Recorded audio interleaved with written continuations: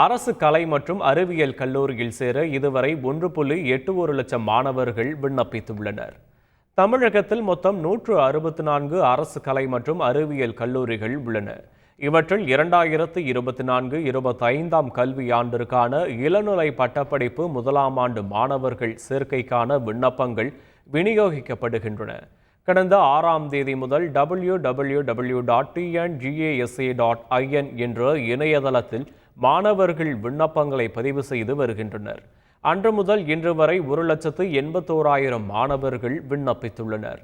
ஆன்லைனில் விண்ணப்பிக்க வரும் 20ஆம் தேதி கடைசி நாளாகும். மாணவர்கள் மதிப்பெண் அடிப்படையில் ஒவ்வொரு கல்லூரிக்கும் தரவரிசை பட்டியல் மே 24ஆம் தேதி அனுப்பப்படுகிறது. முதலாம் ஆண்டு மாணவர்களுக்கான வகுப்புகள் ஜூலை 3ஆம் தேதி துவங்கும் எனவும் அறிவிக்கப்பட்டுள்ளது.